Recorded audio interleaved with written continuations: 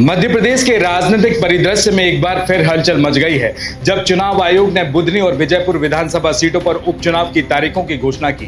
13 नवंबर को होने वाली वोटिंग के साथ साथ रिजल्ट 23 नवंबर को आएंगे। ये चुनाव महाराष्ट्र और झारखंड के साथ मिलकर होंगे।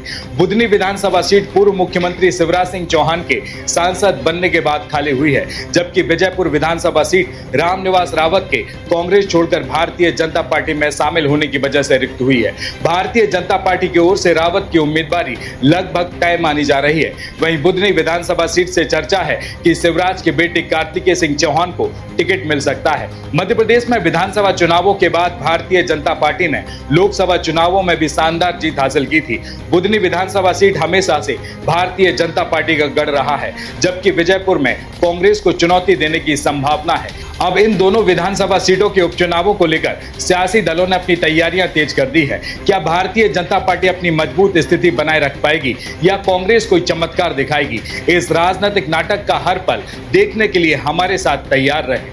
नमस्कार, मैं हूं आपके साथ में भूपेंद्र सिंह और आप रिपब्लिक सागर मीडिया के साथ में हैं। सबसे पहले हमारे चैनल को सब्सक्राइब करें and don't forget press the bell icon to get all the notification for our upcoming video. Shri Hanumant Chhaya jewellers में आपका स्वागत है। शानदार कलेक्शन के साथ गहनों की दुनिया में आपका स्वागत है, जहां परंपरा और आधुनिकता का बेहतरीन संगम मिलता है। Shri Hanumant Chhaya jewellers, medical college road, तिली वार्ड, सागर, मध्य प्रदेश।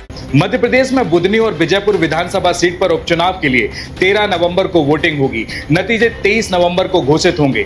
दोनों सीटों के लिए नामांकन 18 से 25 अक्टूबर तक किए जा सकेंगे। स्क्रूटनी 28 अक्टूबर की होगी। वहीं 30 अक्टूबर तक नाम वापस लिए जा सकेंगे। विजयपुर सीट से वन मंत्री रामनिवास रावत का नाम भारतीय जनता पार्टी के उम्मीदवार के तौर पर लगभग तय है। वहीं बुधनी के लिए प्रदेश चुनाव समिति ने 5 नामों का पैनल दिल्ली भेजा है। माना जा रहा है कि पूर्व सांसद रमाकांत भार्गव और वन विकास निगम के पूर्व अध्यक्ष गुरु प्रसाद शर्मा में से किसी एक को टिकट मिल सकता है। दोनों ही केंद्रीय मंत्री शिवराज सिंह चौहान के करीबी हैं। हालांकि पैनल में उनके बेटे कार्तिकेय सिंह चौहान का नाम भी शामिल है। कार्तिकेय के साथ संगठन की तरफ से बुधनी भाजपा मंडल अध्यक्ष आसाराम यादव का नाम भी शामिल किया गया है। कांग्रेस की बात करें तो दोनों सीटों पर उम्मीदवारों के नामों का मंथन चल रहा है। बुधनी विधानसभा सीट से कांग्रेस की तरफ से 5 दावेदार हैं, लेकिन पूर्व जनपद पंचायत अध्यक्ष महेश राजपूत के नाम पर मोहर लग सकती है। मध्य प्रदेश में बुधनी विधानसभा क्षेत्र में उपचुनाव की तैयारियों के बीच भारतीय जनता पार्टी के दावेदारों की चर्चा जोरों पर है। यहाँ पर पार्टी के भीतर कौन कौन से नेता अपने अपने अनुभव और काबिलियत के साथ प्रत्याशी बनने की दौड़ में है, उसका एक विश्लेषण हम अपने चैनल के माध्यम से प्रस्तुत करते हैं। सबसे ज्यादा बुधनी विधानसभा सीट से मजबूत पक्ष रमाकांत भार्गव का है, क्योंकि वह पूर्व सांसद होने के नाते राजनीतिक अनुभव के साथ साथ पूर्व मुख्यमंत्री शिवराज सिंह चौहान के काफी करीबी माने जाते हैं। उन्होंने मार्कफेड के अध्यक्ष के रूप में भी कार्य किया है और शिवराज के 6 चुनावों में संचालन की भूमिका निभाई है और यही वजह है कि उनकी पार्टी में खास पहचान है और वे शिवराज की पसंद भी माने जाते हैं। पार्टी उन्हें इनाम के तौर पर यहां पर प्रत्याशी बना सकती है, जिससे उनका नाम चर्चाओं में बना हुआ है। तो वहीं इसमें दूसरा नाम गुरु प्रसाद शर्मा का है, जिनको राजनीति में लंबा अनुभव है। वे 3 बार के वन विकास निगम के अध्यक्ष रह चुके हैं और जनता के बीच उनकी गहरी पैठ है। उन्होंने हमेशा पार्टी से कुछ नहीं मांगा, जो उन्हें सर्वमान्य नेता बनाता है और यही वजह है कि वे शिवराज के खास लोगों में शामिल हैं और संगठन की सहमति उनके नाम पर है, जो उनकी उम्मीदवारी को और भी ज्यादा मजबूत बनाता है। तो वहीं तीसरा नाम कार्तिकेय सिंह चौहान का है। कार्तिकेय पिछले 2 विधानसभा और लोकसभा चुनावों में लगातार सक्रिय रहे हैं। वे खेल प्रतियोगिताओं के माध्यम से युवाओं के बीच लोकप्रिय हो गए हैं, जिससे उनके पास एक युवा मतदाता वर्ग भी है और यह वजह हो सकती है कि यदि केंद्रीय नेतृत्व युवा चेहरे को मैदान में उतारने का फैसला करता है तो कार्तिकेय का दावा मजबूत होगा। उनका नाम नई पीढ़ी को आकर्षित करने के लिए एक सही विकल्प हो सकता है। तो वहीं इसके अलावा चौथा नाम राजेंद्र सिंह राजपूत का है। राजेंद्र सिंह ने 2003 के विधानसभा चुनाव में बुधनी से जीत हासिल की थी। वे शिवराज के मुख्यमंत्री बनने के बाद 2005 में सीट खाली कर चुके थे।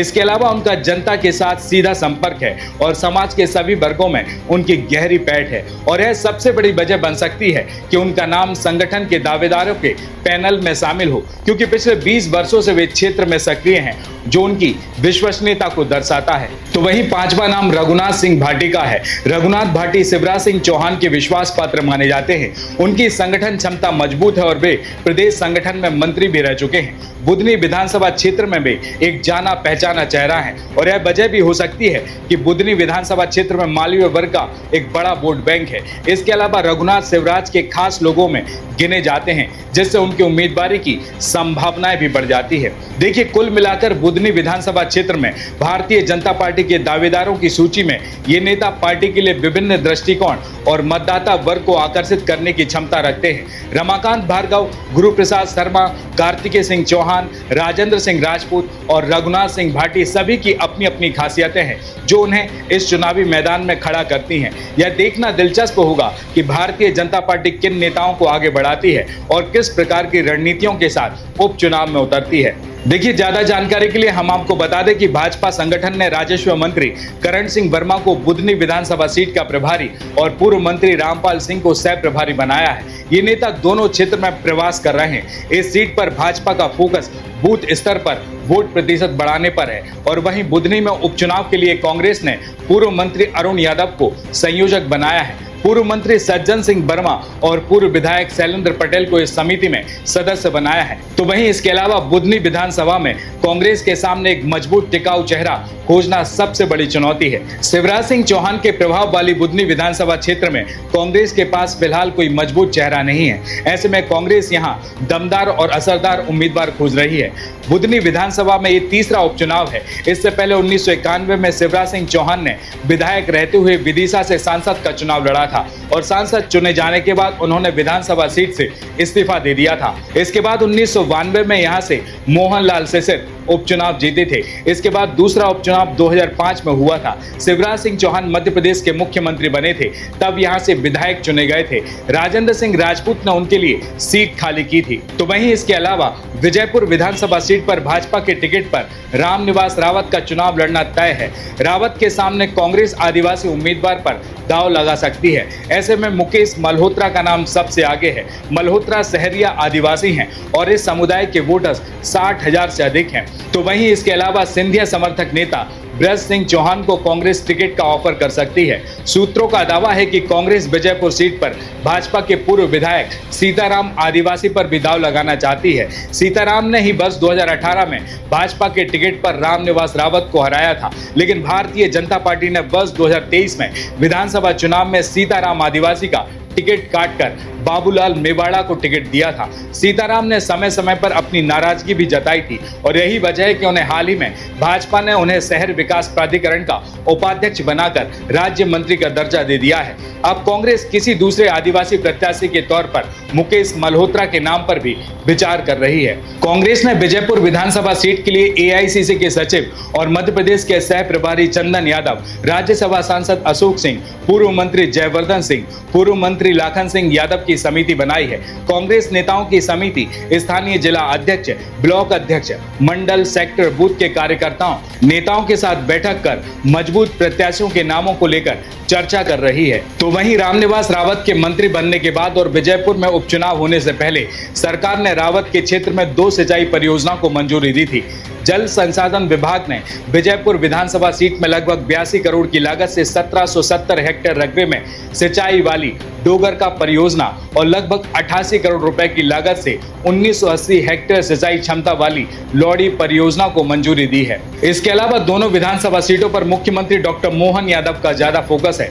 बुधनी विधानसभा सीट में 8 अक्टूबर को मुख्यमंत्री ने प्रधानमंत्री ग्रामीण सड़क योजना के अंतर्गत 500 किलोमीटर स्वीकृत सड़कों का सिंगल क्लिक के माध्यम से शुभारंभ किया। जिले के 52,818 तेंदुपत्रा संग्राहकों को 2 करोड़ 70 लाख रुपए बोनस राशि का वितरण किया गया। मुख्यमंत्री ने 9 अक्टूबर को विजयपुर विधानसभा क्षेत्र में वन समितियों का सम्मेलन आयोजित भी किया था। मध्य प्रदेश की 2 विधानसभा सीटों बुधनी और विजयपुर में उपचुनाव और महाराष्ट्र और झारखंड विधानसभा चुनाव की तारीखों का ऐलान हो चुका है। घोषणा के ठीक पहले दिल्ली में लोकसभा में नेता प्रतिपक्ष राहुल गांधी ने मध्य प्रदेश के पूर्व मुख्यमंत्री कमलनाथ से उनके निवास पर मुलाकात की थी।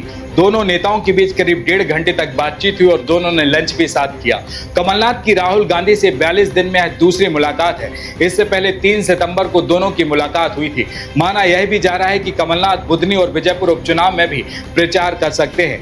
विधानसभा चुनाव में कांग्रेस की हार के बाद कमलनाथ लोकसभा चुनाव में सिर्फ छिंदवाड़ा तक ही सीमित रहे थे। मध्य प्रदेश में बुधनी और विजयपुर विधानसभा सीटों पर उपचुनाव की तारीखों की घोषणा ने राजनीतिक सरगर्मी को और भी बढ़ा दिया है। 13 नवंबर को होने वाली वोटिंग और 23 नवंबर को घोषित होने वाले नतीजे न केवल इन सीटों के लिए बल्कि राज्य की राजनीति में भी महत्वपूर्ण मोड़ ला सकते हैं। बुधनी सीट जो पूर्व मुख्यमंत्री शिवराज सिंह चौहान के सांसद बनने के बाद खाली हुई थी, उसमें भारतीय जनता पार्टी के कई दावेदार सामने आए हैं, जिनमें रमाकांत भार्गव, गुरु प्रसाद शर्मा, कार्तिकेय सिंह चौहान, राजेंद्र सिंह राजपूत और रघुनाथ सिंह भाटी शामिल हैं। इनमें से कोई एक प्रत्याशी पार्टी के लिए एक मजबूत विकल्प बन सकता है, जबकि कांग्रेस भी महेश राजपूत के रूप में संभावित उम्मीदवारों पर विचार कर रही है।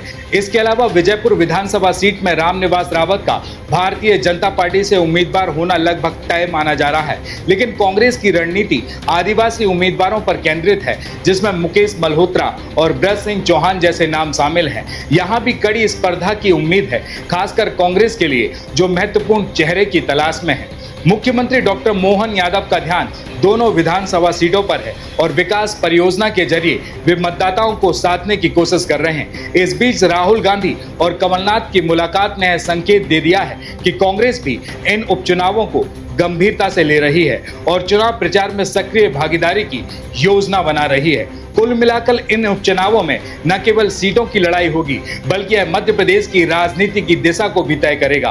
भारतीय जनता पार्टी की कोशिश होगी कि वह अपनी पारंपरिक मजबूत स्थिति को बनाए रखे, जबकि कांग्रेस के लिए ये चुनाव अपनी खोई हुई जमीन को फिर से हासिल करने का अवसर हो सकता है। अब आगामी चुनावी नाटक में कौन सा दल बाजी मारता है, यह देखना बेहद दिलचस्प होगा।